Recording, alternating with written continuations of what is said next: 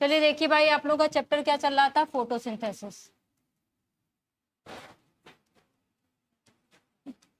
ये लाइट बेटा ऑफ करो तो। ये पूरा चमक रहा है, मुझे दिखता नहीं यहाँ पे, ये दिखता नहीं, ये लाइट दोनों चलती हैं तो ये चमकता है। हाँ उसी को बंद करने दीजिए। तो कैसे आप सेट कर दिए हैं सर? वो मुझे दिखेगा नहीं, फिर गायब हो जाता है।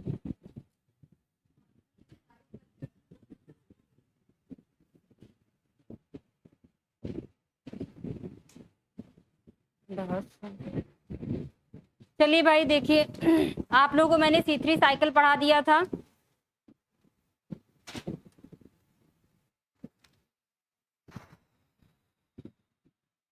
चलिए भाई, C3 हो गया, इसके बाद क्या है, C2 साइकिल, C4 है और कैंप प्लांट 3 है ना।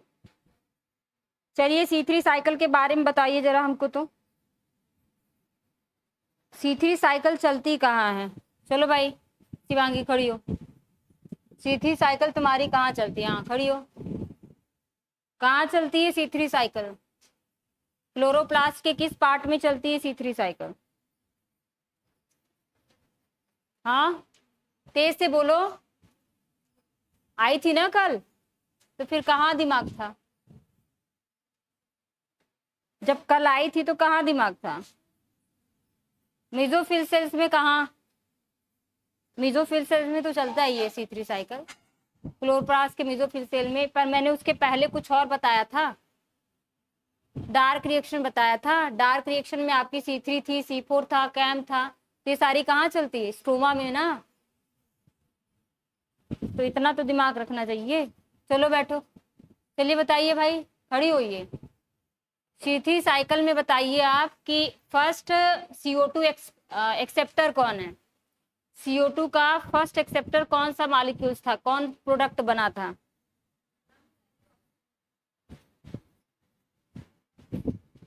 हम C3 साइकिल पूछ रहे हैं ना कि फोटोफॉस्फेसिस फर्स्ट सेकेंड सेंटर नहीं पूछ रहे हैं। C3 साइकिल को कैल्विन साइकिल कहा जाता है, हिल साइकिल कहा जाता है। तो इसमें मैंने आप लोगों को बताया था, जो CO2 का जब फर्स्ट टाइम में उसका फिक्सेशन होता है तो उसको कोई एक्सेप्ट करता है ना, तब वो साइकिल चलती है।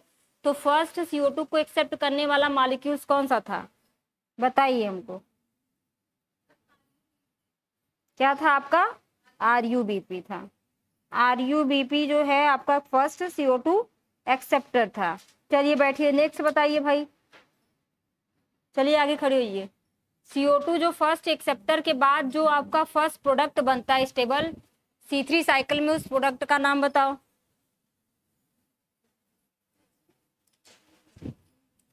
3PGA, ठीक है, उसका फुल फॉर्म बताओ। देख लो, देख के 3PGA हो गया, फिर से बता। क्या? फास्फोग्लिसरिक एसिड, फिर देख के बता लो। तो पढ़ के आना चाहिए ना। चलो बैठो, नेक्स्ट। चलो भाई बताओ, प्रिंसी बताओ, जो इसका क्या बोलते हैं, मुझे बताओ C3 साइकिल में एक साइकिल कंप्लीट करने में कितने ATP और कितने NADP लगे थे, एक साइकिल को कंप्लीट करने में? वेरी गुड, बैठो। पूरा टोटल कितने साइकिल हुए थे जी, आए थे?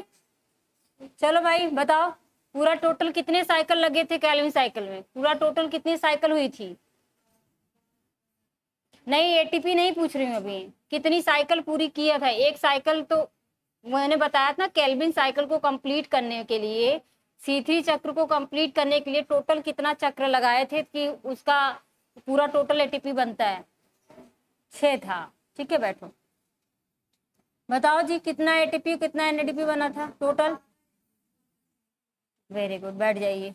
चलो भाई, अब आप हमको बताओ कि ये जो फोटोलाइसिस होता है, फोटोलाइसिस का जो कॉम्प्लेक्स होता है जिससे आपका वाटर ब्रेक होता है, ठीक है, वो कॉम्प्लेक्स का नाम बताओ। वेरी गुड, बैठो। चलो जी बताओ, फोटो फास्फोराइलेशन का मतलब क्या होता है? फोटो फास्फोराइलेशन का मतलब क्या होता है?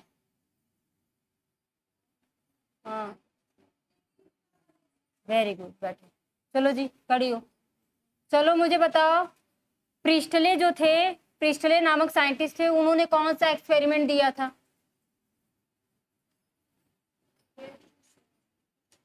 हम्म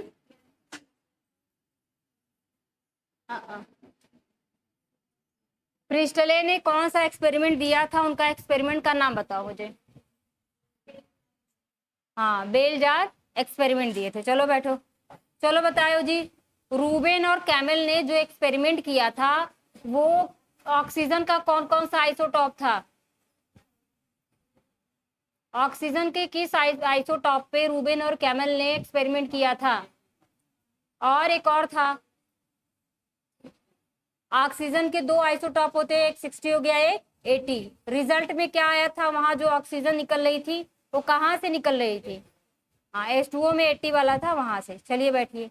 चलिए बताइए हमको, एंजल मैन ने फर्स्ट स्पेक्ट्रम दिया था, ठीक है, फर्स्ट स्पेक्ट्रम दिया था। आप बताइए हमको कि जो प्रिज्म था, प्रिज्म से जो लाइट आपकी गुजरी थी, तो कहाँ पे, कौन से मतलब विबग्योर में वो कौन सा रीजन था जहां सबसे हाईली लाइट था? हाँ, और कौन सी एल्गी थी बेटा? Very good. और वहां पे वो ज्यादा कलेक्ट हो गए, तो इसका मतलब वहां पे आपका क्या था? फोटोसिंथेसिस अधिक था। वेरी गुड, बैठिए। चलिए, हो गया। पहले मैं आप लोगों को कल C4 साइकिल बताई थी ना, उसको मैं वापस से बताऊंगी। पहले C2 समझ लो, फिर C4 समझना। क्यों? क्योंकि बेटा यहाँ ऑक्सीजन और O2 का, CO2 का खेल है, ठीक है, तुम लोग कंफ्यूज हो जाओगे, इसलिए पहले मैं C2 समझाऊंगी, फिर C4 आसानी से आ जाएगा। समझ गए? पहले मैं C2 समझा देती हूँ। C3 साइकिल में मैंने आप लोगों को बता दिया था कि C3 साइकिल में आपका क्या हो रहा था। CO2 को सबसे पहले किसने आपका RUBP किया था, ठीक है, और ये कितने कार्बन कंपाउंड है? 5 कार्बन कंपाउंड है। इसके बाद ये 6 कार्बन कंपाउंड में टूटता है, और ये कार्बन कंपाउंड क्या है, 2 भाग में टूटते हैं, और ये 3 PGA होता है। क्या होता है? 3 PGA, मतलब इंटू 2 हो गया। इसके बाद किसमें टूटा था? ये आपका ग्लिसरिक एसिड था, तो यहाँ पे ये यहाँ से यहाँ आया, तो ये क्या था? कार्बोक्सिलेशन था। यहाँ क्या हो जाएगा बेटा? रिडक्शन होगा। तो आपका एसिड हमेशा किसमें चेंज होगा? 3 फास्फोग्लिसरल डिहाइड में, ठीक। फिर इसका रीजनरेशन हो जाएगा। रीजनरेशन में आपकी एक ATP खर्च हो जाती है, और एक क्या बन जाता है? एक ADP। और यहाँ रिडक्शन होता है, तो 2 ATP और 2 NADP, ठीक है, और ये अपना इधर से रिड्यूस होगा, और यहाँ से आपका क्या बन जाएगा? ग्लूकोज। हमको क्या ही बनाना था? यही ग्लूकोज बनाना था, ठीक। इस तरीके से पूरा टोटल साइकिल कितनी बार चलता है? 6 बार। और बना कितना? एक बार में 2 1 3 ATP बना था, और 2 NADP। 6 बार है तो गुड़े 6 कर दो, गुड़े 6, 18 ATP हो जाएगा, और 12 NADP। ये खत्म हो गया आपका C3 साइकिल। हमको क्या बनाना था बेटा? ग्लूकोज बनाना था, हमने ग्लूकोज बना दिया। अब क्या है, मैं C2 साइकिल आप लोग को समझा रही हूँ, शांति से सुनोगे तो समझ में आएगा। C2 साइकिल आपका एडवर्स कंडीशन में होता है। C2, अभी C4 के बारे में बात नहीं करेंगे, पहले C2 को समझाएंगे, तब C4 उसके अकॉर्डिंग समझ में आएगा, ठीक है। तो जो आपका C2 साइकिल होता है, इस C2 साइकिल को क्या क्या नाम कहते हैं? इसको PCO भी कहते हैं, फोटोकेमिकल ऑक्सीडेशन रिएक्शन, ठीक है। एक इसका होता है ग्लाइकोलेट करके होता है। क्या होता है? ग्लाइकोलेट साइकिल होता है, इसको कहते हैं ग्लाइकोलेट साइकिल भी इसको बोलते हैं, ठीक है। इसके इतने नेम है, C2 cycle, PCO, glycolate cycle, और होगा तो और नाम बता दूंगी, ठीक है। अभी फिलहाल ये 3 साइकिल आप जानेंगे, इसी के ही नेम है। क्यों? क्योंकि बेटा जो C2 साइकिल का जो फर्स्ट प्रोडक्ट है वो क्या बनता है? स्टेबल ग्लाइकोलेट, इसलिए इसका नाम क्या है? ग्लाइकोलेट साइकिल है। C2 क्यों होता है? ये जो प्रोडक्ट बनता है, ये 2 मॉलिक्यूल के होते हैं, इसलिए इसको कहा जाता है C2 साइकिल। जैसे 3 PGA बना था 3 मॉलिक्यूल का, और C4 में 4 ऑक्सैलो बना था 4 मॉलिक्यूल का। इसी तरह ये बेटा आपका 2 मॉलिक्यूल का बनता है, इसको C2 साइकिल कहते हैं। इसको कहते हैं फोटो रिस्पायरेशन भी कहते हैं। क्या कहते हैं इसको? फोटो रिस्पायरेशन प्रोसेस भी बोलते हैं, या फेज भी बोलते हैं, ठीक है। फोटो मतलब लाइट के प्रेजेंस में ही रिस्पायरेशन करते हैं, इसलिए इसके इतने नेम हैं। कोई इसमें से नाम देके पूछ देगा तो क्या है, ये C2 साइकिल के बारे में पूछ रहा है, इसके इतने नेम हैं, ठीक है। और ये है फोटो केमिकल ऑक्सीडेशन, इसको क्या कहते हैं, फोटो सिंथेटिक है ना, बोलो बोलो फिर से बोलो, सिंथेटिक कार्बन है, फिर ऑक्सीडेशन, ठीक है। इसके इतने फुल फॉर्म हैं, फोटो सिंथेटिक कार्बन ऑक्सीडेशन, हम कार्बन का ऑक्सीडेशन करते हैं, ठीक है। चलिए देखिए इसमें होता क्या है, ये जो बेटा जो रिएक्शन होता है इसमें आपके 3 ऑर्गेनेल्स पार्टिसिपेट करते हैं। कितने ऑर्गेनेल्स, 3 ऑर्गेनेल्स। और ये 3 ऑर्गेनेल्स कौन कौन से हैं, PCM, किससे याद करेंगे, ट्रिक याद करेंगे, PCM, सॉरी PCM से मत याद करो, CPM से याद करो, CPM, ठीक है। PC हो जाएगा क्लोरोप्लास्ट, P हो जाएगा पैराक्सीसोम, और M हो जाएगा माइटोकॉन्ड्रिया। ये आपका क्वेश्चन अभी हाल में ही पूछा गया था, इसमें BPSC का जो एस्टेट का एग्जाम हुआ था ना, उसमें पूछा गया था C2 साइकिल के लिए कौन कौन से ऑर्गेनेल्स रिस्पॉन्सिबल होते हैं।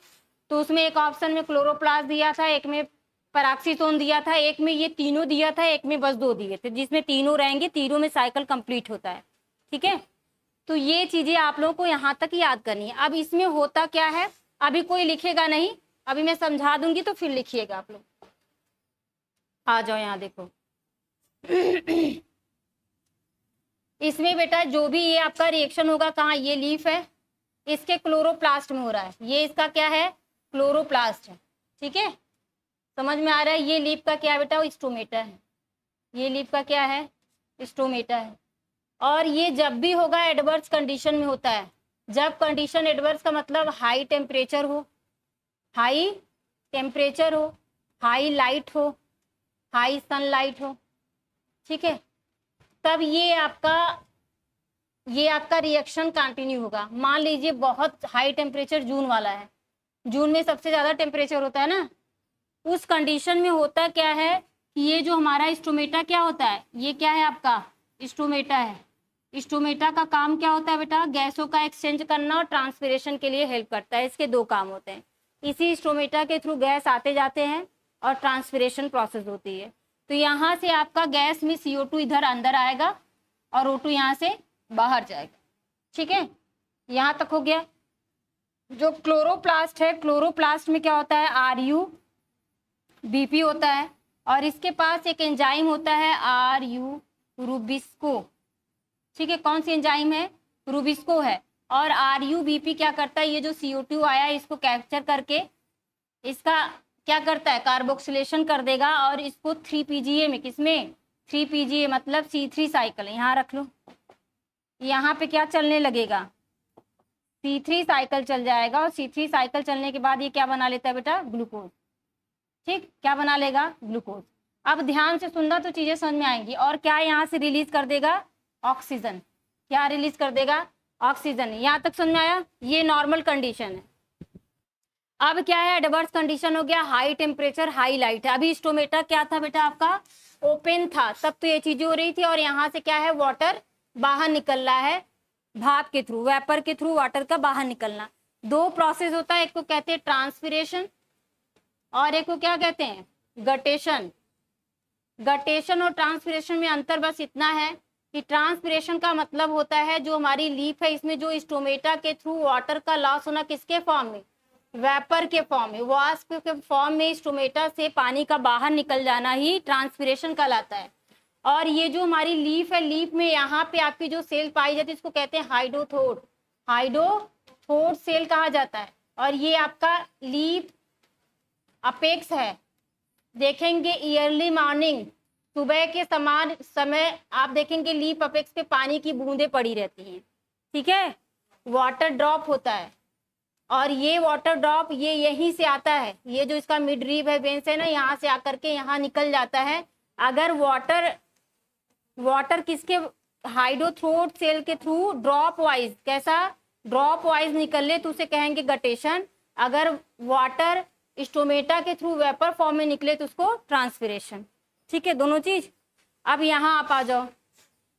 अब यहाँ क्या है, दिन के समय स्टोमेटा खुला हुआ है, नॉर्मल कंडीशन। अब कंडीशन कैसी हो गई, एडवर्स हो गई। अब एडवर्स कंडीशन में हाई टेम्परेचर, हाई सनलाइट, अब इसमें ज्यादा वाटर का लॉस होने लगेगा, फोटोसिंथेसिस बहुत तगड़े से होने लगेगी और वाटर का ज्यादा लॉस होने लगेगा तो पत्तियां क्या हो जाएंगी, मुरझाने लगेंगी, डेड होने लगेगा। कितना भाई पानी खींचेगा जड़ से, यहाँ पानी ज्यादा निकल रहा है तो वहाँ मैसेज जा रहा है ज्यादा पानी लाओ।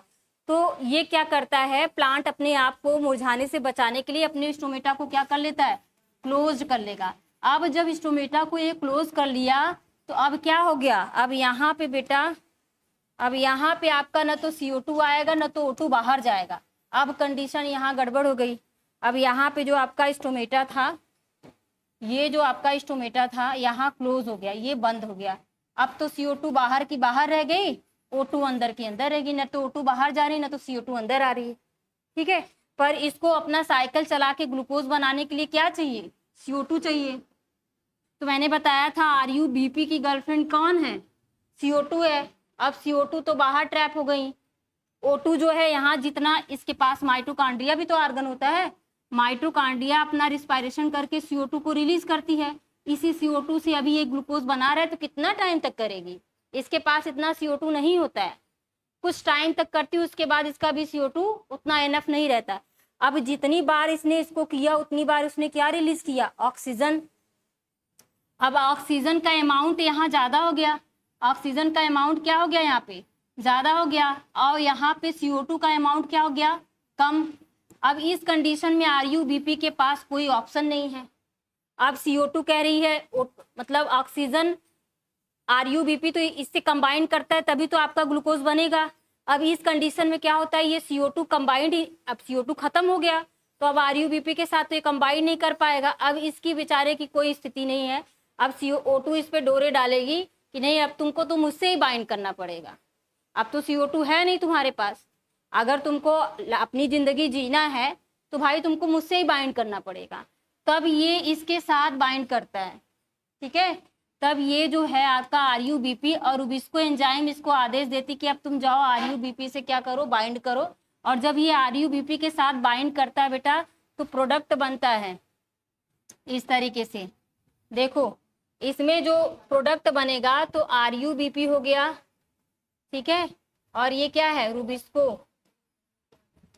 हो गया, और ये ऑक्सीजन के साथ बाइंड कर लेता है। बाइंड करने के बाद बनाता है PGA, क्या बनाएगा, 3 PGA के साथ साथ बनाएगा फास्फो, एक मिनट रुको, ग्लिसरेट, एक मिनट रुक जाओ तो, फर्स्ट प्रोडक्ट क्या बना रहा है, फास्फो ग्लिसरेट ही करके है। रुको एक मिनट बस, इसको मैं क्लियर कर लूं, दूसरा प्रोडक्ट क्या है इसमें।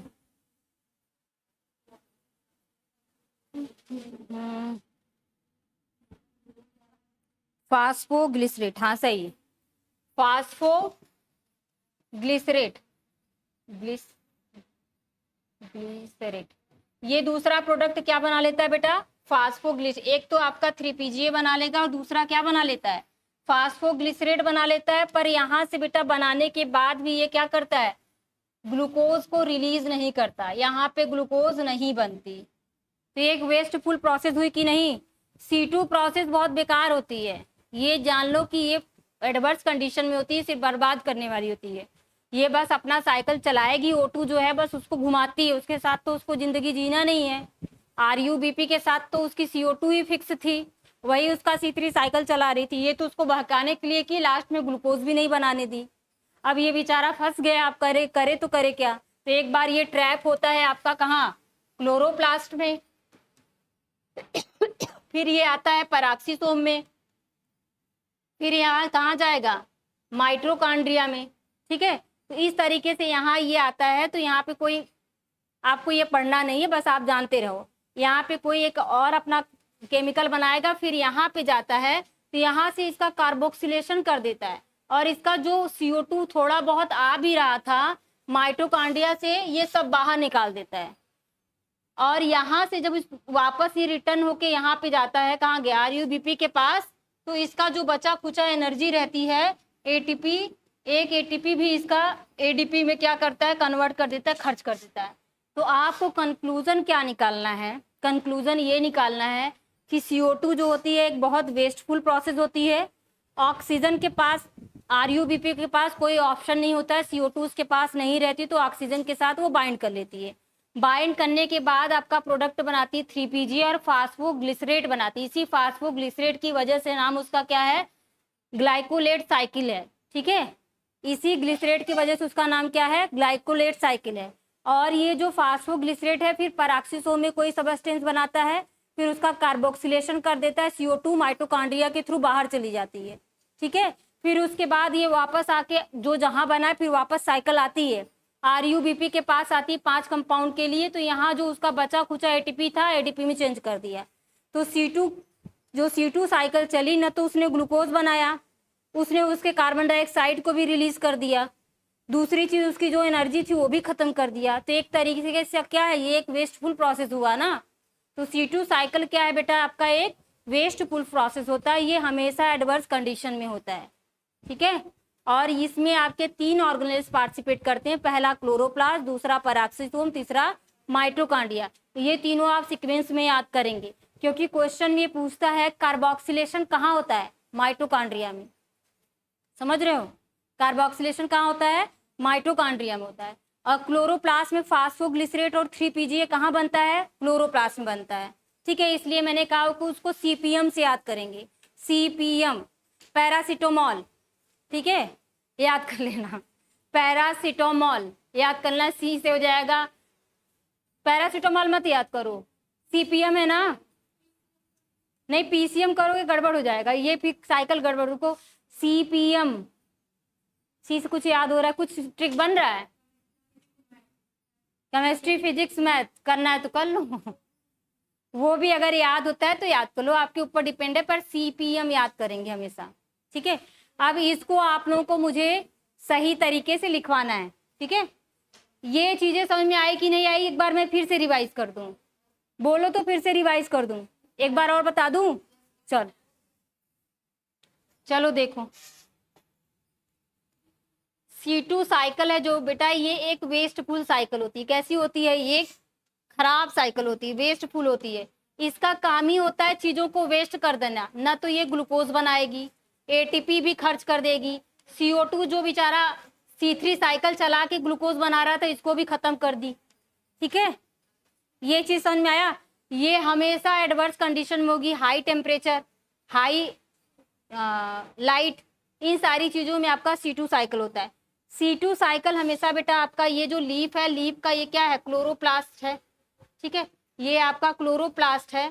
ठीक, लीफ में क्या है, स्ट्रोमेटा है, और ये हमेशा एडवर्स कंडीशन में होगी। तो मतलब यहाँ स्ट्रोमेटा क्या हो जाएगा, क्लोज हो जाएगा। जब स्ट्रोमेटा क्लोज हो जाएगा तो CO2 बाहर रह जाएगी, और जो यहाँ पे जो आपका क्लोरोप्लास्ट है इसमें RUBP क्या पाया जाता है, RUBP 5 कंपाउंड, 5 कार्बन कंपाउंड पाया जाता है, जिसके पास रुबिस्को नामक क्या होती है, एंजाइम होती है, और यही C3 साइकिल चला करके क्या बनाती है, ग्लूकोज और ऑक्सीजन को रिलीज कर देती है। ठीक है, यहाँ तक समझ में आया। अब यहाँ पे ये क्लोज हो गया तो C2 बाहर रहेगी और ऑक्सीजन यहाँ माइटोकॉन्ड्रिया बेटा, माइटोकॉन्ड्रिया क्या करती है, रिस्पायरेशन करती है, CO2 को रिलीज करती है, बहुत कम CO2 रहता है। तो तब तक तो ये चला के ग्लूकोज बनाता है, कंडीशन ऐसी आती है कि CO2 खत्म हो जाता है। अब उसके पास कोई ऑप्शन नहीं है, तो अब वो क्या करता है, देखो एक चीज और है, हो सकता है कभी क्वेश्चन दे तो ये चीज दिमाग में रखना, RUBP जो होता है बेटा ये हमेशा CO2 से क्या करता है, कंबाइन करता है, और क्या बनाएगा, ग्लूकोज बनाता है C3 साइकिल के दौरान। अगर पूछता है कि CO2 और O2 अगर इन दोनों का कंसंट्रेशन बराबर है तब RUBP किसको चूज करेगा, तब भी वो CO2 को ही चूज करेगा। ठीक है, जब एकदम ये मतलब एकदम कम हो जाता है O2 अब अधिक है, तब इसको कोई ऑप्शन नहीं रहता, तभी इसको चूज करता है। जब इसको ये चूज करेगा तो इसका बनेगा फास्फोग्लिसरेट आपका बनता है। ठीक है, क्या बनेगा, फास्फोग्लिसरेट बनता है, और ये जो फास्फोग्लिसरेट है ये जब बनेगा तो ये ग्लूकोज को बनने ही नहीं देता, ये ग्लूकोज को नहीं बनने देता, इसका मतलब C3 साइकिल को स्टॉप कर देगा। ठीक है, और इस तरीके से जब ये C3 साइकिल को स्टॉप कर देगा बेटा, तो यहाँ पे आप, कहाँ गया, यहाँ पे आप देखेंगे तो ये जो RuBP ऑक्सीजन के साथ कंबाइन करके PGA बना दे रहा है, 3 PGA C3 साइकिल का कंपोनेंट बना रहा है, पर उसके साथ साथ क्या बना लिया, फास्फोग्लिसरेट, और ये बना तो ये ग्लूकोज को बनने ही नहीं देता है। अब ये जो है आपका अंदर इंटर करता है पराक्सीसोम में, कोई सबस्टेंस X बनाता है, उसके बाद ये इंटर करता है माइटोकॉन्ड्रिया में। जैसे इंटर करेगा तो कार्बोक्सिलेशन होता है, CO2 बाहर निकल जाता है जो थोड़ा बहुत था इसके साथ, और इसके बाद ये वापस से RuBP में जाते वक्त अपना एक ATP भी गवा देता है। ठीक है, तो इसका मतलब ये पूरी तरीके से वेस्टफुल प्रोसेस है। ठीक, अब इस प्रोसेस को रोकने के लिए, जैसे पहले क्या था, C3 साइकिल चल रही थी तो उस हिसाब का नेचर में आपके प्लांट थे। जब बाद में जब C2 साइकिल चलने लगी उस प्लांट के अंदर, C3 साइकिल में, C3 साइकिल को स्टॉप कर दे रहा था C2 साइकिल जाके, तो फिर आपकी प्रकृति ने अपने आप को मॉडिफाइड करके C4 प्लांट बना लिया। क्या बना लिया, C4 प्लांट बना लिया। और उसने क्या किया, जो यहाँ पे आपका RuBP है ना, यहाँ पे जो है, और ये ऑक्सीजन जाके इसके अंदर इंटर कर जा रही है, तो इसने क्या किया, अपने चारों तरफ बंडल शीथ सेल बना लिया। क्या बना लिया बेटा, अपने चारों तरफ क्या बना लिया, यहाँ पे बंडल शीथ सेल बना लिया। क्या बना लिया, बंडल शीथ सेल बना लिया। और कहा, न तो हम CO2 को एंट्री करवाएंगे, न तो O2 को। ठीक है, C4 प्लांट में बस यही होता है। C3 साइकिल में यहाँ तो हो गया, C4 प्लांट में ये अपने चारों तरफ बंडल शीथ सेल बना लेता है, न तो ये CO2 को जाने देता है, न तो O2 को। कहता है भाई अगर CO2 आएगा तो ठीक है ग्लूकोज बनाऊंगा, पर अगर CO2 आएगा तो O2 भी मार करेगा आने के लिए। तो इस कंडीशन में CO2 क्या करता है, देखो O2 कभी अपना रूप नहीं बदल सकता, O2 कोई स्टेबल कंपोनेंट नहीं बनाता है। CO2 आपका, ये केमिस्ट्री का रूल है, O2 आपका एक फ्री मॉलिक्यूल्स होता है। ठीक है, वो कोई स्टेबल कंपोनेंट नहीं बनाता। और आपका CO2 है, ये आपका स्टेबल कंपोनेंट क्या बनाया था, मैलेट बनाया था। इस मैलेट के अंदर आपका CO2 छिपा हुआ था। अब ये अलाउ करेगा मैलेट को, क्योंकि इसको नहीं पता ना इसके अंदर CO2 है। जैसे ये अलाउ करता है मैलेट को, तो मैलेट जैसे इसके अंदर अलाउ होता है तो यहाँ से क्या करता है, कार्बोक्सिलेशन करके CO2 को रिलीज कर देगा। अब RuBP के पास क्या आ गया, CO2, अब मस्त अपना ग्लूकोज बना लेगा। तो ये आपका क्या था, C4 साइकिल। समझे, C3 साइकिल के बाद C4 साइकिल आया, क्योंकि C3 साइकिल में बहुत वेस्ट हो जा रहा था, ग्लूकोज ही नहीं बन रहा था।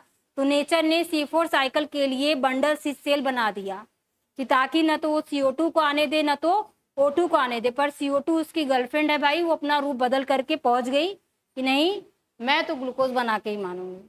ठीक है, तो फिर उसका हुआ ऐसे। ठीक, चलिए अब आप लोग लिख लीजिए, C2 साइकिल लिख लो, उसके बाद 1 मिनट रुको। तो C2 साइकिल में बेटा आप लोग यहाँ तक लिखो, बाकी मैं लिखवा रही हूँ। ये यहाँ तक लिखो, ये यहाँ से लेके यहाँ तक बस लिखो, इसके बाद वाला साइकिल में लिखवा रही हूँ। इसका इतना नाम लिख लो, 3 ऑर्गेनेल्स इसमें इंक्लूड होते हैं, यहाँ तक लिख लो, फिर करवा दो।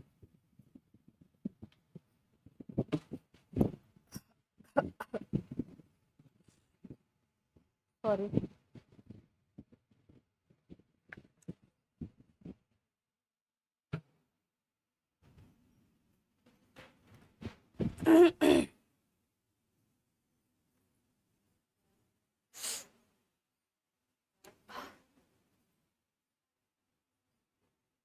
इसका इतना नाम लिख लो, C2 cycle, PCO glycolate cycle, photo respiration phase, इसके इतने नेम हैं। Photosynthetic carbon oxidation,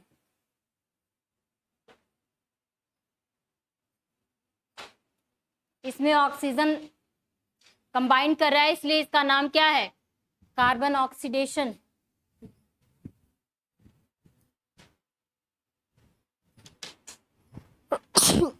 sorry,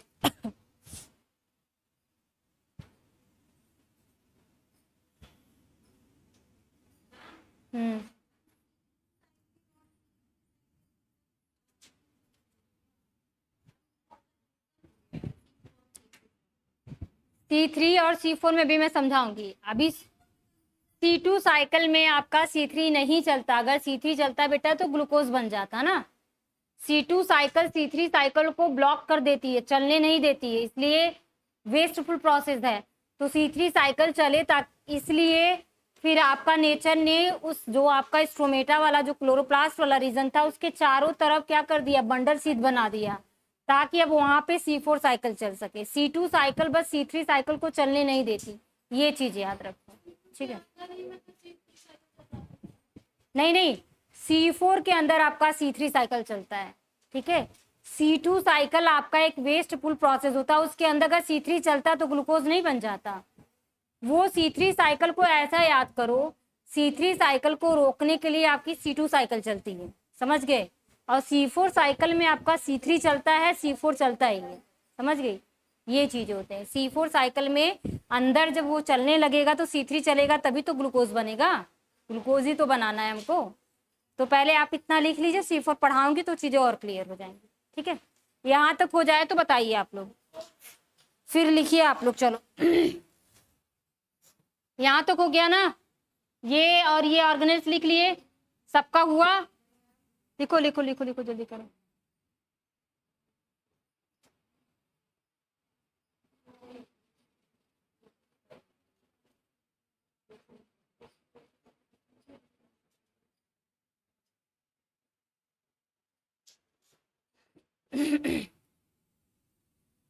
question बेटा ये सारे दे के पूछते हैं। पीसीओ साइकिल, C2 साइकिल का नाम बताओ। पीसीओ ग्लाइकोलेट फोटो रिस्पायरेशन, ठीक है।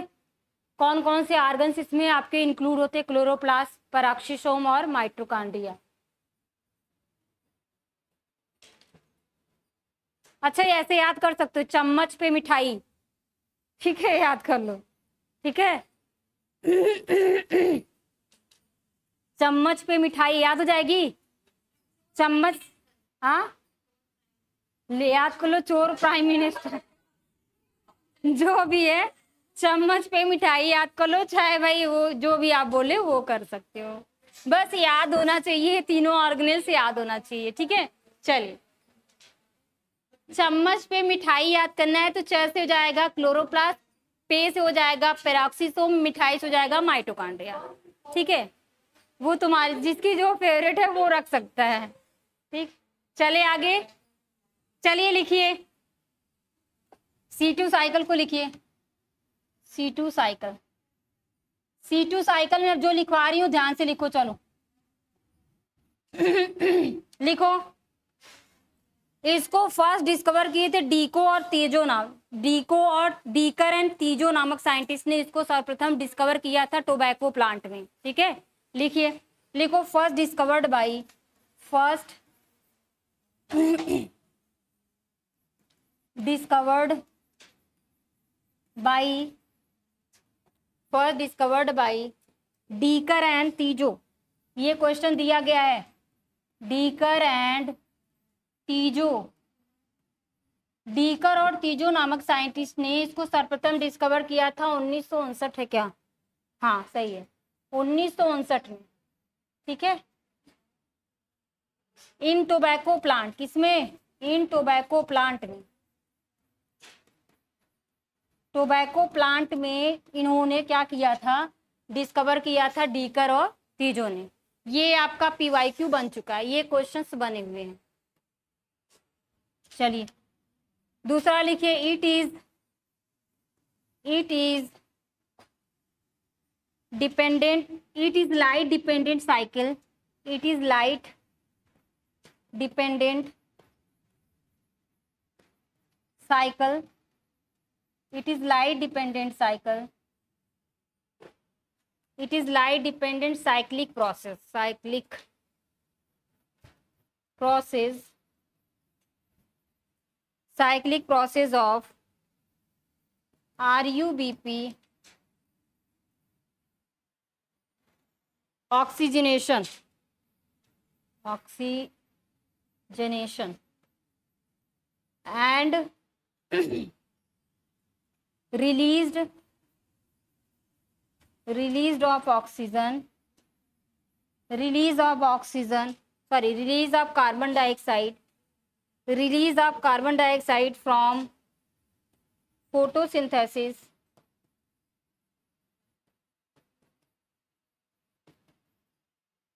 organ of plant.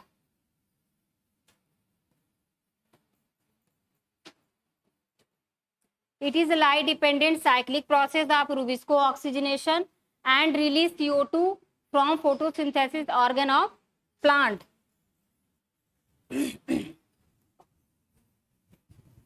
It included three organelles: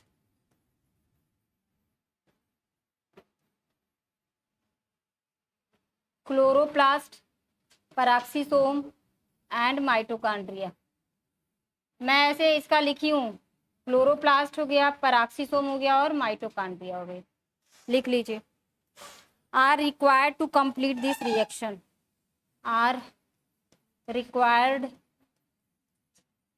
to complete this reaction.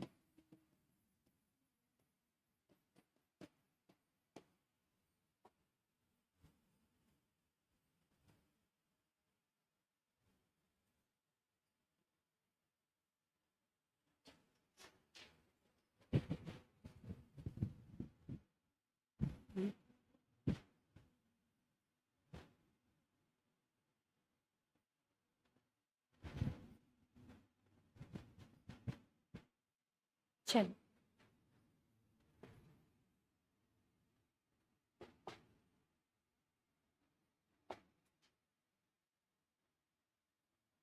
यहाँ ये आप लोग फिगर बना लीजिएगा.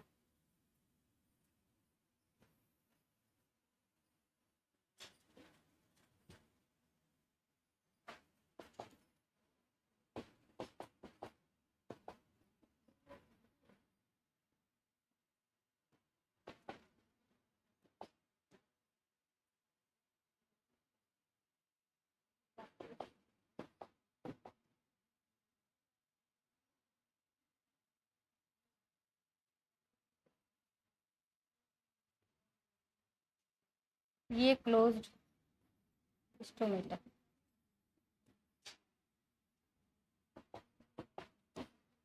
CO2 बाहर हो गया, नहीं आया, और O2 भी इधर से अंदर न जा पा रहा है, न ये आ पा रहा है. यहाँ है आपका RUBP और इसके पास है RU रुबिस्को. रुबिस्को का फुल फॉर्म लिख लीजिएगा आप लोग, जिसको नहीं आएगा वो बताएगा. C3 cycle.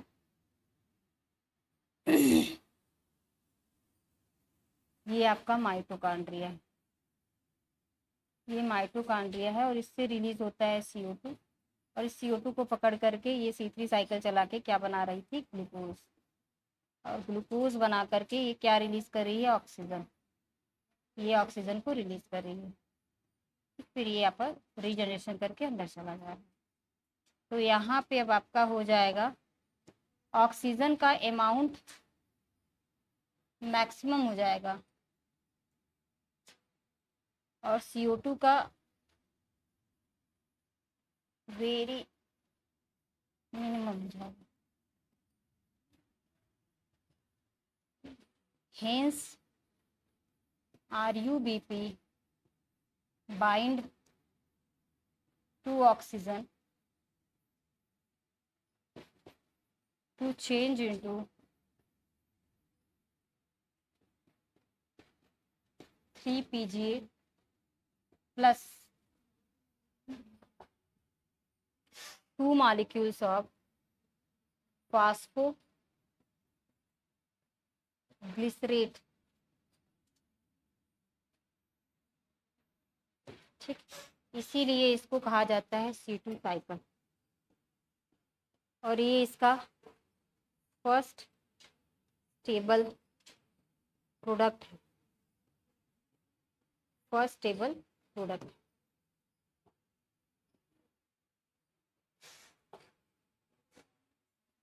बाद में हो जाएगा.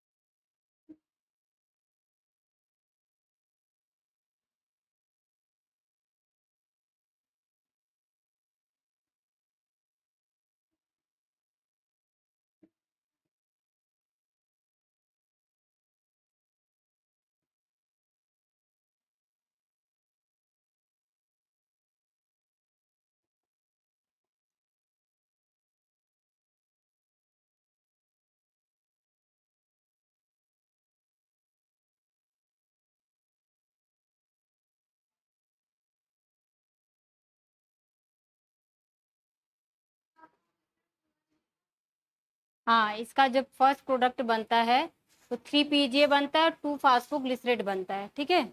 इस क्या, अरे ग्लिसरेट लिखे हैं क्या, वो क्या लिखे, ग्लाइकोलेट है ना, ग्लाइकोलेट लिखो, ग्लाइकोलेट, ग्लिसरेट नहीं, ग्लाइको, हाँ हाँ हाँ हाँ, सही कह रहे हो, ग्लाइकोलेट, ग्लाइकोलेट साइकिल है ना, 3 फास्फो, फास्फोग्लाइकोलेट है, फास्फोग्लाइकोलेट। देखो और कहीं लिखे है क्या, ग्लाइकोलेट, ठीक, देख लीजिए। इसी प्रोडक्ट की वजह से इसको C2 साइकिल कहते हैं, और एक ये वेस्टफुल प्रोसेस होती है। अब समझ में आया कि नहीं। ये आपका कब हो रहा है बेटा, एडवर्स कंडीशन में, एडवर्स कंडीशन में। एडवर्स कंडीशन क्या है, ये आपकी सोलर लाइट है, इसके ऊपर पड़ रही है, और ये हाई टेम्परेचर है और हाई लाइट है। आपको इसका फिगर नहीं मिलेगा, आपको जब भी मिलेगा बुक में बस वही ऊपर जो लाइन लिखा है वही मिलेगा। मैं आप लोगों को विथ फिगर यहाँ पढ़ा दी हूँ कि आगे जब भी आप लोग पढ़ेंगे तो वो लाइन भूल जाएंगे, यहाँ फिगर देखेंगे तो याद आ जाएगा मैम ने क्या बताया था। फिगर जल्दी इसका नहीं मिलेगा, लिखिए। C3 C4 का मिलता है, C2 बस ऐसे 2-4 लाइन लिख के छोड़ देते हैं, पर मैंने आप लोगों को डीप से समझा दिया। इसमें हुआ क्या है, क्लोज हो जाता है स्टोमेटा एडवर्स कंडीशन में, न तो CO2 आ रही न तो O2 बाहर जा रही है। इस कंडीशन में क्या होता है, जो माइटोकॉन्ड्रियम CO2 वही यहाँ साइकिल C3 चलाएगी, और कुछ हद तक क्या बनाती है, ग्लूकोज, और उस टाइम ऑक्सीजन आपके रिलीज हो जाते हैं।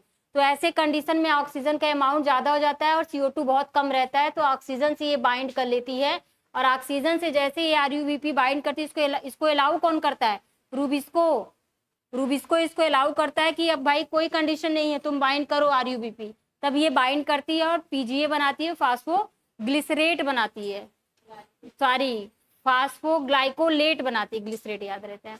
और ये बनाने के बाद भी ये क्या करती है, ग्लूकोज को रिलीज करना चाहिए ना, तो ये ग्लूकोज को रिलीज नहीं करती, ये ब्लॉक कर दी C3 साइकिल को। अब इसके बाद पेरोक्सिसोम में कोई एक आपका सबस्टेंस बनता है जो पूछता नहीं है।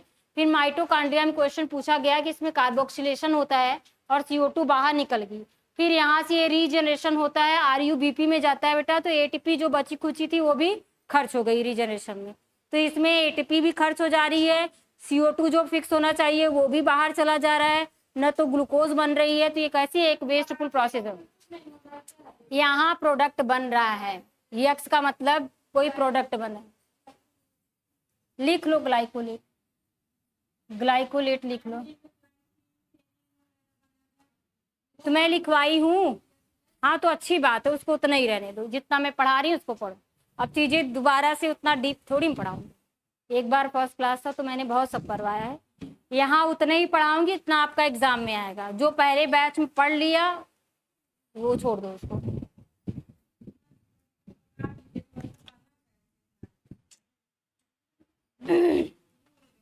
उसको याद कर लो, देखो कैसे है, अभी फिलहाल इसको इतना ही याद करो, उससे बाहर नहीं पूछेगा। करो करो करो, इसको करो।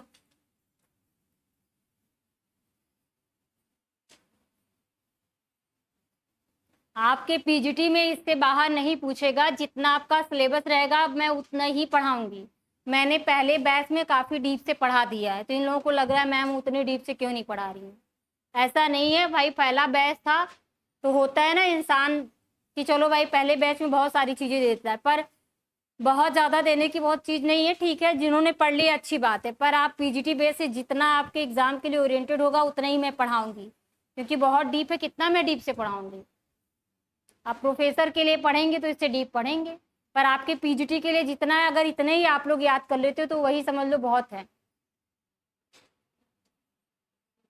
चलो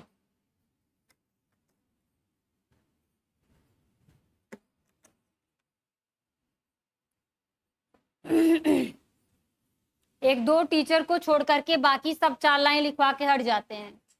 नहीं तो आप किसी भी इंस्टीट्यूट में जाइए, मैं यहाँ इतना विथ फिगर बनवाती हूँ, आप लोगों को रिटेन करके देती हूँ ना, और सारे इंस्टीट्यूट में यही होता है, वो ओरली बोलते हैं, आपको लिखना होता है। उनको जो समझाना होगा एक डायग्राम बना के छोड़ देंगे और ओरली बोलते हैं, आपको लिखना होगा, पर मैं यहाँ पे रिटेन भी करवाती हूँ आप लोगों को।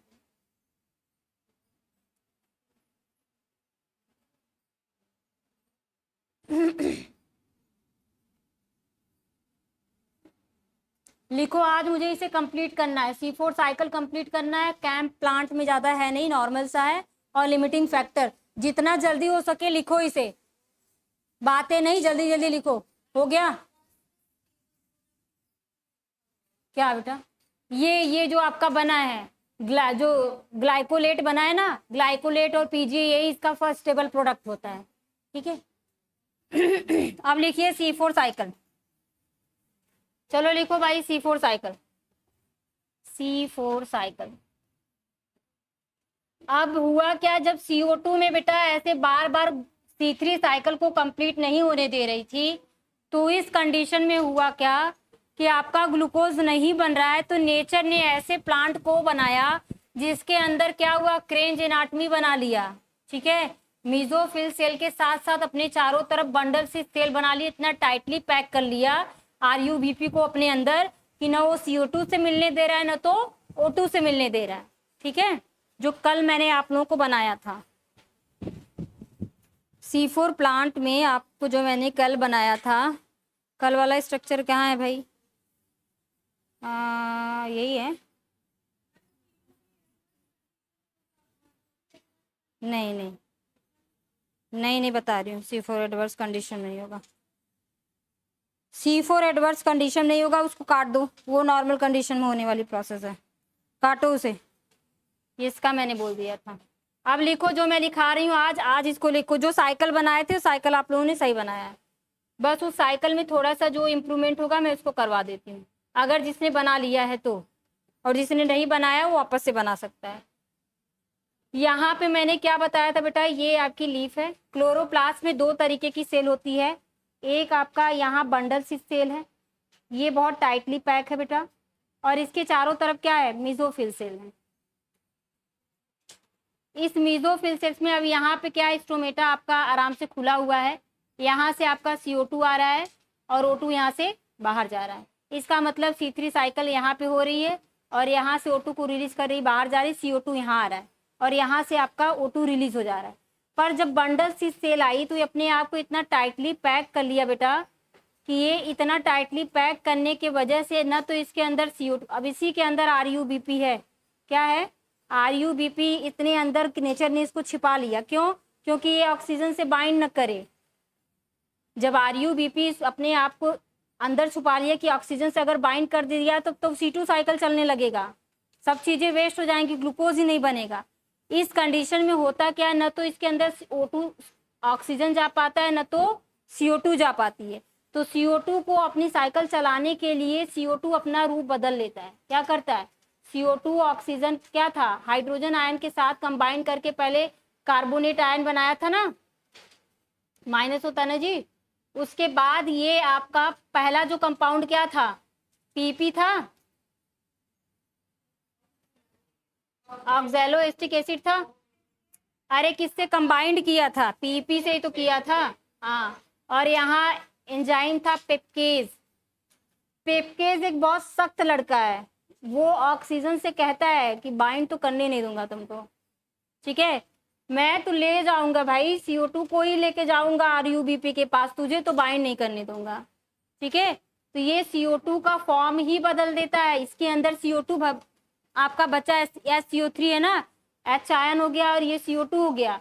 तो यहाँ ये जो CO2 अब यहाँ चेंज होता है किसमें, आपका मैलेट में ना, पहले ऑक्सैलो एस्टिक एसिड में चेंज होता है, फिर ये किस में चेंज हो जाता है, मैलेट में। अब ये जो मैलेट होता है इसी के अंदर आपका CO2 छिपा रहता है, पर जब हम मैलेट की क्या करेंगे, कार्बोक्सिलेशन करेंगे तो CO2 क्या हो जाएगा, यहाँ से रिलीज हो जाएगा। अब ये मैलेट आपका आएगा बंडल सिस सेल में और ये कार्बोक्सिलेशन कर लेगा मैलेट और ये CO2 को रिलीज कर देगा। अब RUBP के पास CO2 आ गई, C3 साइकिल चला के क्या बना लेगा, ग्लूकोज। समझ में आया? चलो इसको आप सही से लिखो, सही ढंग से लिखो।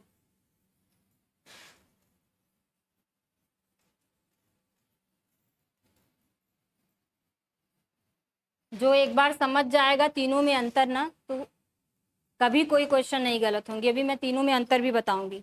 चलो यहाँ मैं सही से फिगर बना रही हूँ। ये आपका बंडल शीट सेल है, ये आपका बेटा बंडल शीट सेल है।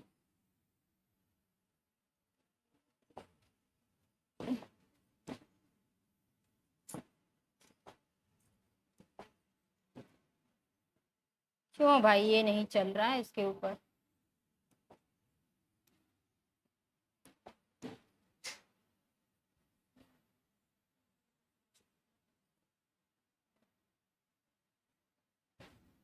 इसको तो कभी कभी बीमारी पकड़ लेती है। देख रहे हो अपने आप कम हो जा रहा है।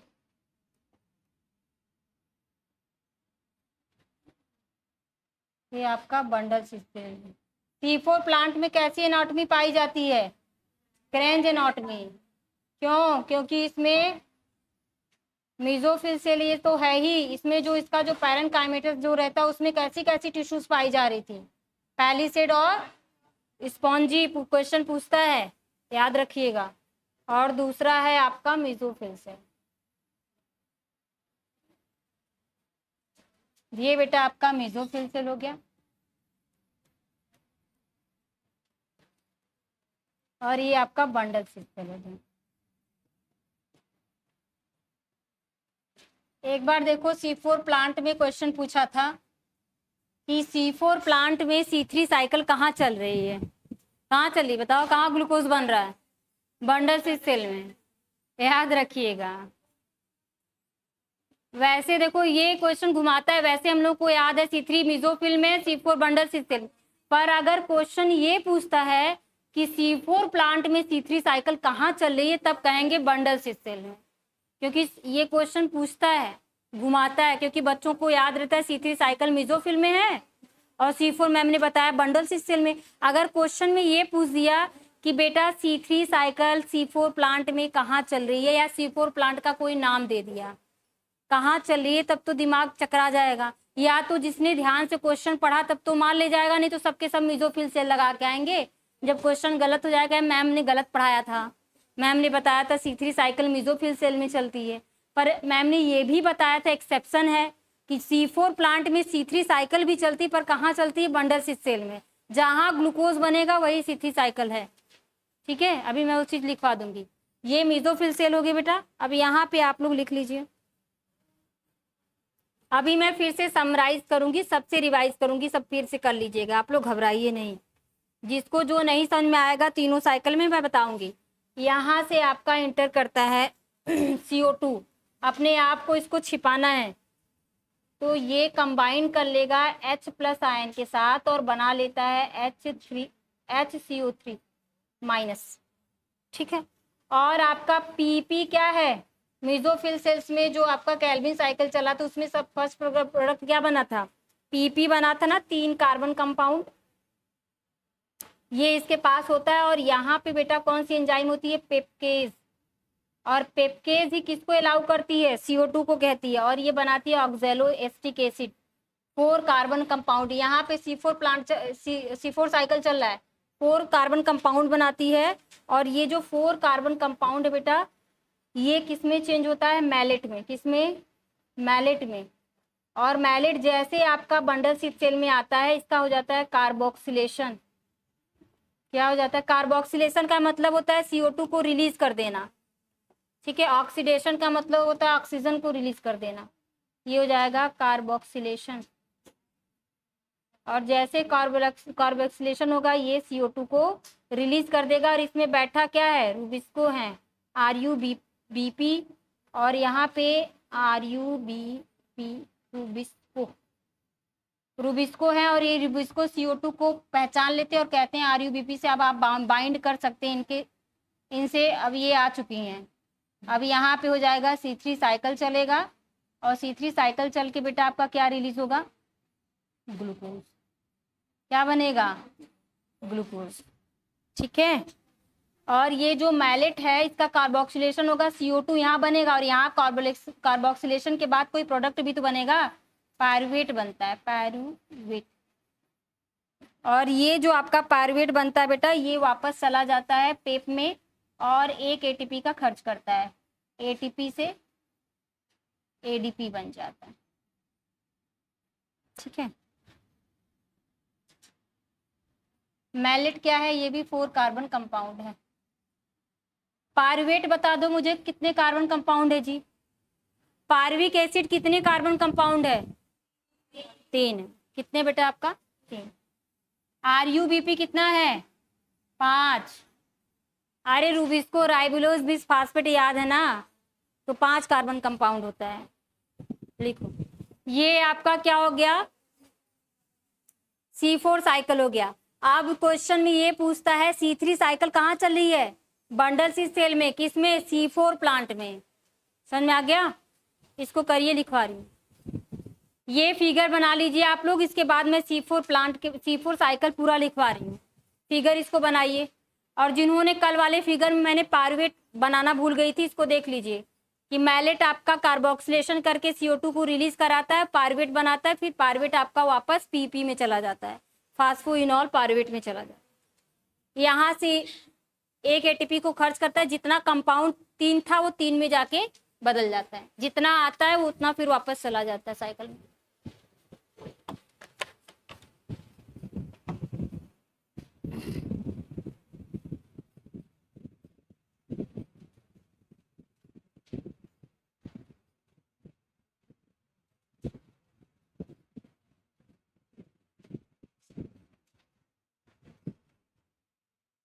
RUB, रूबिस्को का फुल फॉर्म लिख लो भाई, रूबिस्को, क्योंकि बच्चे मेरे बड़े तेज हैं। राइबी बिस फॉस्फेट कार्बोक्सिलेज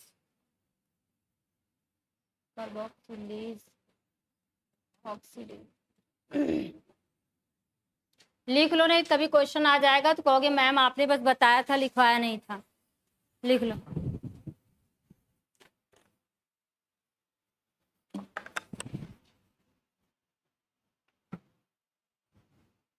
ऑक्सीजिनेज, ऑक्सीजिनेज, जीनेज।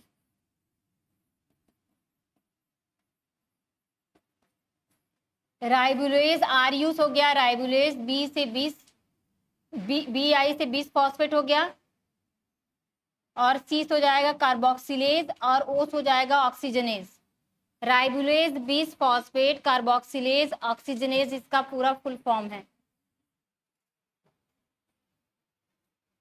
और ये क्या है? राइबुलेज 20 फॉस्फेट है, बस ये आपका कंपोनेंट है, ये इसकी एंजाइम है। ठीक है, एंजाइम का काम बस होता है रेट ऑफ रिएक्शन को बढ़ा देना या घटा देना, वो कोई मिलके तीसरा प्रोडक्ट नहीं बनाती, उसका बस काम होता है रेट ऑफ रिएक्शन को इंक्रीज और डिक्रीज करना। ठीक है, प्रोडक्ट बाकी जो होता है वो आपका मिक्स करके दूसरे से बनाता है। चलो लिखो, C4 साइकिल में लिखवा दे भाई, C4 साइकिल।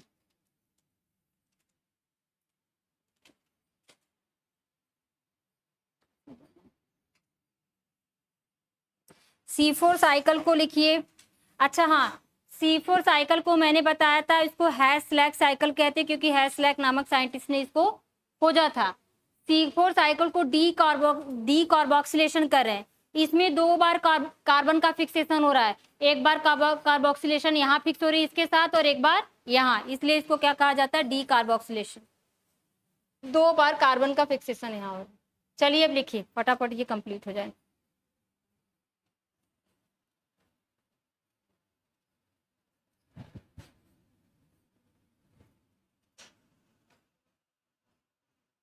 लिखो, इट अकर्स इन बंडल, क्या है जी? हाँ,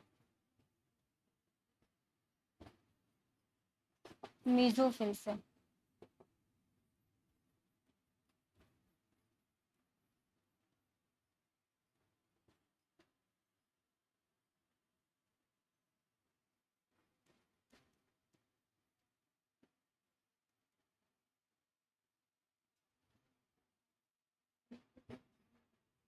नेक्स्ट लिखिए, these plant process specific leaf anatomy. These मैं कल लिखवाई थी इसको, कहाँ तक लिखवाई थी? मैं लिखवाई थी इसको, स्पॉन्जी सेल इन C3 साइकिल, ये सब लिखवाई थी। हाँ, क्रेंज एनाटॉमी तक लिखवाई थी। अच्छा, जब लिखवाई हूँ तब क्या बार बार लिखवाई? क्रेंज एनाटॉमी तक लिखवाई थी ना। The leaf of C4 plant so specific type of anatomy, ये सब लिखवाई हूँ ना। और require ATP and ADP in C4 plant. और लिख लो इसमें जो है बेटा, इसमें कार्बन को फिक्स करने के लिए C4 प्लांट में कितने एटीपी एनएडीपी? 10 एटीपी था क्या? हाँ, 10 एटीपी और 6 एनएडीपी टोटल लगते हैं। इसमें लिख लो इट रिक्वायर्ड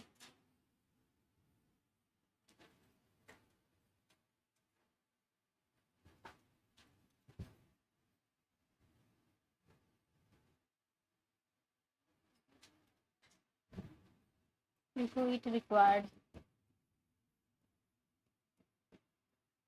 इसमें ना जो C4 प्लांट है बेटा, इसमें जो है एटीपी और एनएडीपी जो है, इसका कोई फिक्स वो नहीं दिया है, बट मैंने 2-3 बुक में चेक किया तो उसमें 10 एटीपी और 6 एनएडीपी दिया है, पूरा टोटल काउंट करने के लिए। काउंटिंग उसका पूरा टोटल दिया नहीं है। क्या हुआ?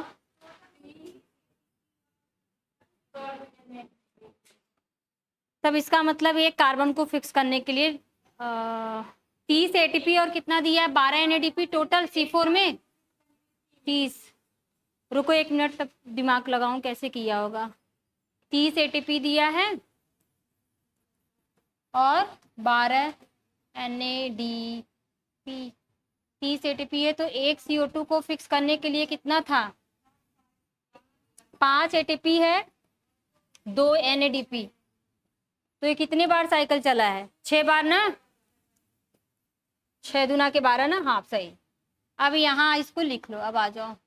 इट रिक्वायर्ड 1 CO2 फिक्सेड,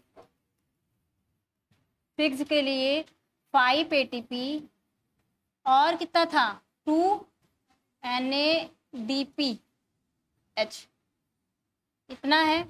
तो ये साइकिल पूरा, इसको ग्लूकोज बनाना है ना, तो 6 कार्बन होता है, तो 6 टाइम ये साइकिल आपका चलेगा। तो इसमें बनेगा क्या? या R इसी को कर दो ग्लूकोज को, 1 ग्लूकोज को फिक्स करने के लिए,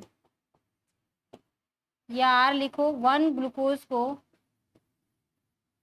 फिक्स करने के लिए। ये टोटल कितने हो जाएंगे? 6 गुणे 5 एटीपी और 2 गुणे 6 गुणे 2 ना, 6 गुणे 2 और ये तो होगा 6 25 30 एटीपी हो गया और 6 दूना के 12 NADPH। लिख लीजिए, इसको लिख लीजिए। इसके बाद क्या बच गया भाई? अच्छा, इसको डी कार्बोक्सिलेशन क्यों कहते हैं? इसको डी कार्बोक्सिलेशन वाला भी लिख लो, क्योंकि इसमें जो है कार्बन का फिक्सेशन 2 बार हो रहा है। एक बार CO2 बंडल स्थित सेल में फिक्स हो रही है, एक बार मेसोफिल सेल में। लिखो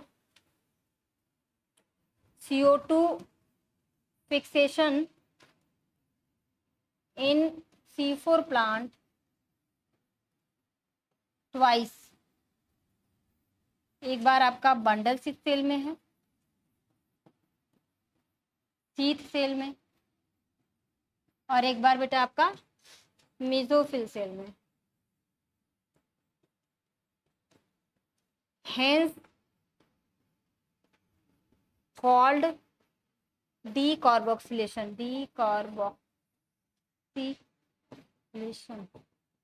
इसलिए इसको डाई कार्बोक्सिलेशन या डी कार्बोक्सिलेशन कहा जाता है पैथवे।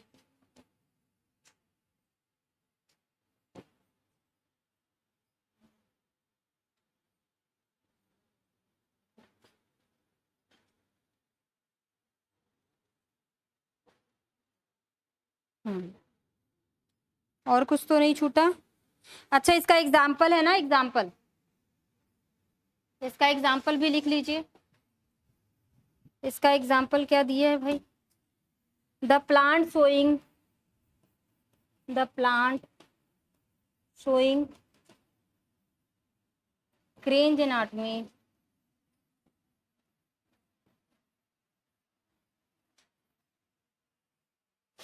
जनरली मोनोकॉट, किसमें, मोनोकॉट में। एक बीज पत्री में, एग्जाम्पल क्या था आपका, मेज है, शुगर केन है, वीट है, sorghum था। But in case of dicot plant, exception में क्या लिखेंगे, अब यही क्वेश्चन पूछा था। एक्सेप्शन, एक्सेप्शन का मतलब होता है अपवाद। अपवाद में आपका C4 साइकिल आपका चलता है इन डाइकॉट प्लांट। लिख लेने दो, फिर जो गलत सही होगा उसको मैं सही कर दूंगी, ठीक है। कौन कौन से डाइकॉट प्लांट थे, चिनोपोडिया, और दूसरा क्या था, यूफोर्बिया और एमरैंथस।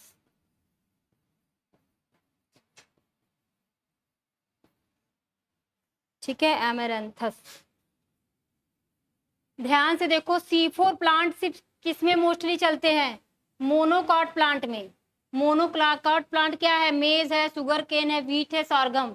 परंतु एक्सेप्शन, अपवाद में कुछ डाइकॉट होते हैं जिनमें आपका क्या चलता है, C4 साइकिल। तो क्वेश्चन पूछता है C4 साइकिल किसमें, किन डाइकॉट प्लांट में चलते हैं। आप लोगों को पता रहना चाहिए C3 और C4 दोनों के दोनों मोनोकॉट प्लांट में चलते हैं, परंतु जो C4 साइकिल है वो आपके डाइकॉट में चिनोपोडिया, यूफोर्बिया और एमरैंथस में चलता है, इसका एक्सेप्शन है। और C3 साइकिल का रुको एक्सेप्शन देख ली, शायद वो भी वही सेम है। एक मिनट रुको, इसको कर लीजिए, आपका ये C4 साइकिल खत्म हो गया। हाय हाय हाय,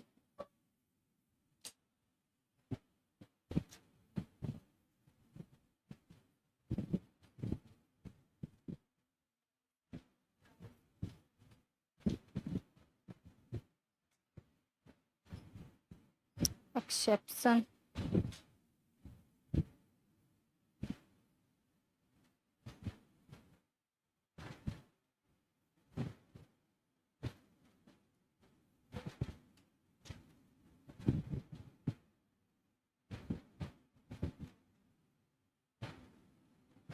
उसमें मैंने एट्रीप्लेक्स लिखवाया है क्या, C3 साइकिल में मैंने कोई एट्रीप्लेक्स करके वो लिखवाया है क्या एक्सेप्शन में।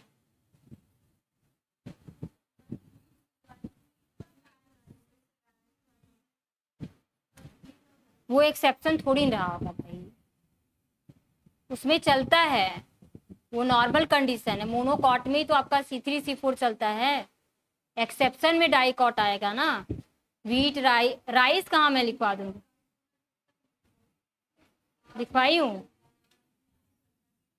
अच्छा रहने दो उसको। वीट तो आपका मोनो में आता है ना जी, तो कहाँ से उसमें एक्सेप्शन, वो काट दो भाई, वो काट दो, क्योंकि उसमें एट्रीप्लेक्स एक प्लांट है, ये लिखना है तो लिख लो। C3 साइकिल में एट्रीप्लेक्स एक्सेप्शन में लिख लो, लिखना है तो इसको लिख लो। कौन सी बुक से मैं देख के लिखवा दी थी, अच्छा।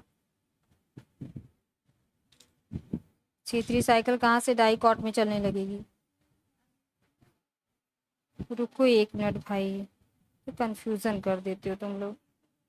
इसमें मोनोकॉट एक्सेप्शन, C3 साइकिल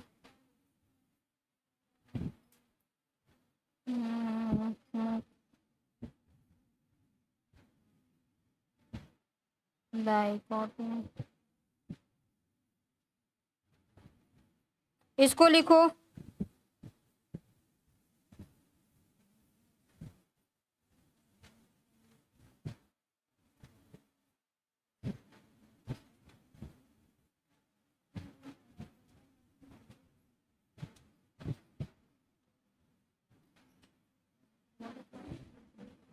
देखो C3 हो चाहे C4 वो दोनों में चलती है, मोनोकॉट डाइकॉट दोनों में, पर प्रेफरेंस अगर दिया जाएगा तो C3 साइकिल मोस्टली आपका बेटा मोनोकॉट में ही चलता है। C3 C4 दोनों मोनोकॉट में, दोनों में चलता है, डाइकॉट मोनोकॉट दोनों में चलेगा। पर अगर प्रेफरेंस दिया जाएगा, क्योंकि एक्सेप्शन है तो उसको भी तो लेके कहोगे। अगर क्वेश्चन में आपको पूछता है C3 साइकिल या C4 साइकिल किस में चलता है, मोनोकॉट डाइकॉट दोनों देगा। सिर्फ अगर वहाँ किसी प्लांट का नाम नहीं दिया है तब आप लोग दोनों लगाओगे। अगर वहाँ मोस्टली किसी प्लांट का नाम दे करके और फिर वहाँ पे डाइकॉट का भी दिया है, अगर एक्सेप्शन वाला नहीं दिया है तब आप उसको लगाओगे। नहीं, अगर ऐसा दे दे कि सपोज दैट आपको मान लो C4 प्लांट का पूछा है, C4 प्लांट साइकिल किस में चलता है, पहला आपका दे दिया है पहला उसमें क्या है, मेज दे दिया। दूसरा आपका दे दिया है चिनोपोडिया दे दिया। तीसरा आपका दे दिया है मैंगो। चौथे में आपका दे दिया ए एंड बी। इस कंडीशन में आप ए एंड बी को लगाएंगे, ठीक है। इसमें आपका चिनोपोडिया में भी चल रहा है और मेज में भी, इसलिए C3 एंड C4 दोनों बोथ में चलते हैं, मोनोकॉट में भी चलता है और डाइकॉट में। पर प्रेफरेंस में जो डाइकॉट का प्लांट देगा, अगर इन तीनों का नाम दिया रहेगा तभी आप लगाओगे, नहीं देगा तो नहीं, ठीक है।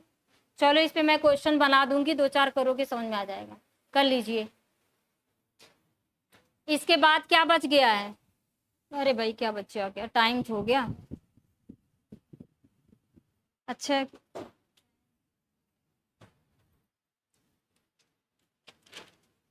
कैम्प प्लांट बचा है ना, ये थोड़ा सा बड़ा है। C2 पढ़ाई दिए, लॉ ऑफ लिमिटिंग फैक्टर है। अच्छा लिख लो लॉ ऑफ लिमिटिंग फैक्टर, अभी टाइम बस 5 मिनट और है, चलो फटाक से करवा देती हूँ। लिखो law of limiting factor, law of limiting factor या मैकेनिज्म या फैक्टर, फैक्टर लिखो। लॉ ऑफ लिमिटिंग फैक्टर को किसने फर्स्ट टाइम डिस्कवर किया था बेटा, ब्लैकमैन ने 1905 में। लिखिए, it was given by Blackman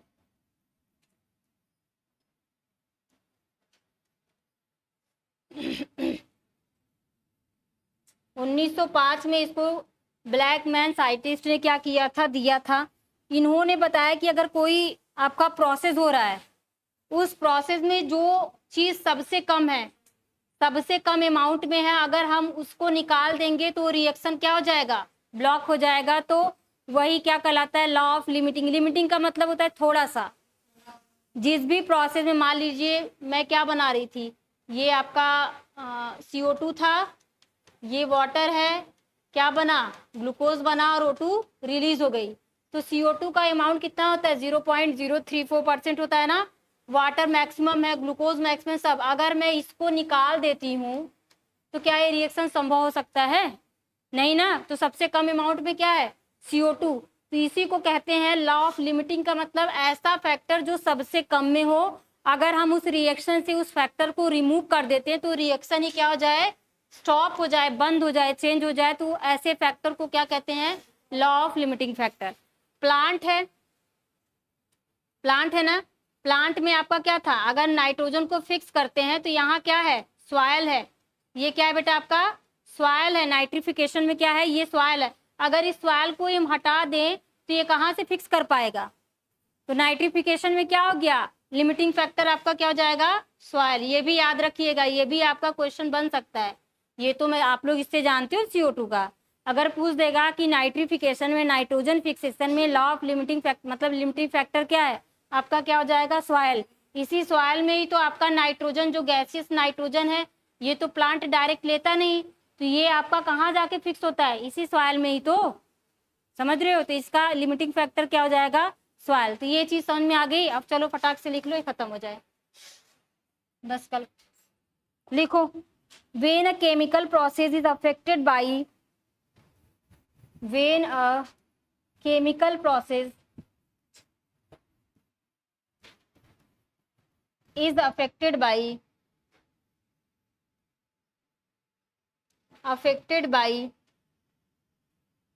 more than one factor, more than one factor, किसी एक फैक्टर से अगर आपका अफेक्ट हो जाता है,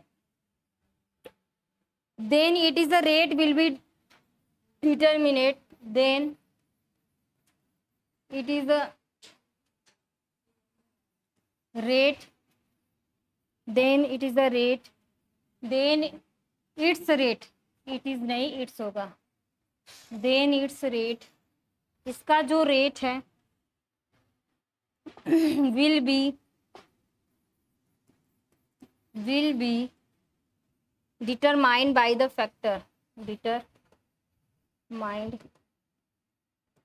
by a factor, उस फैक्टर के द्वारा ही इसका रेट क्या हो जाएगा, डिटरमाइंड होना चाहिए। विच हो गया सर, बस लास्ट है, which is nearest to its minimum value, which is nearest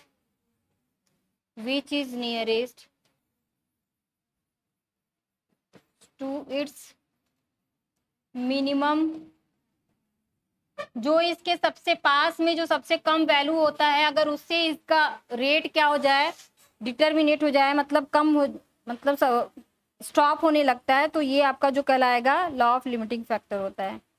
और लिख लीजिएगा, इट इज, थोड़ा तेज लिखो क्योंकि मैं छोड़ूंगी तुरंत बच्चे आने लगेंगे।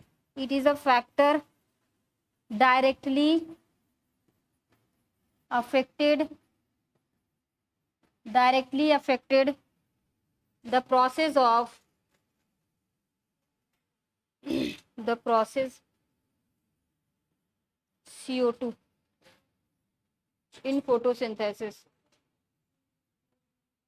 फोटोसिंथेसिस में क्या है बेटा आपका, CO2 क्या है,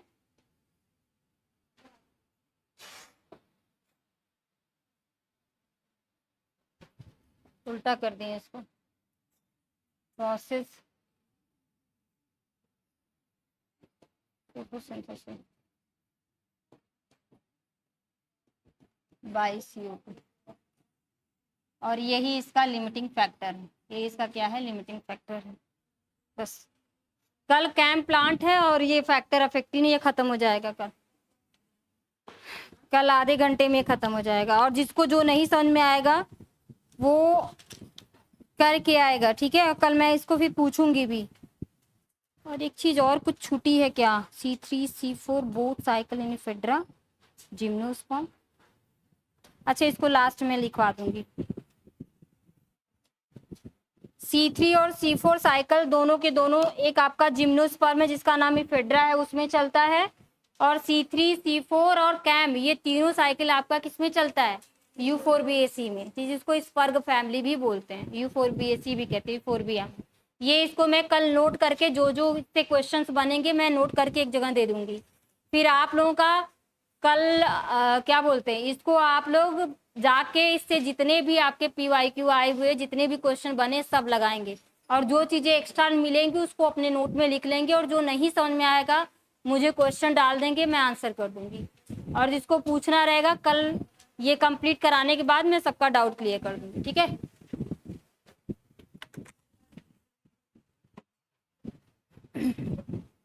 चलिए, तो आज के क्लास में इतना ही। Thank you to everyone.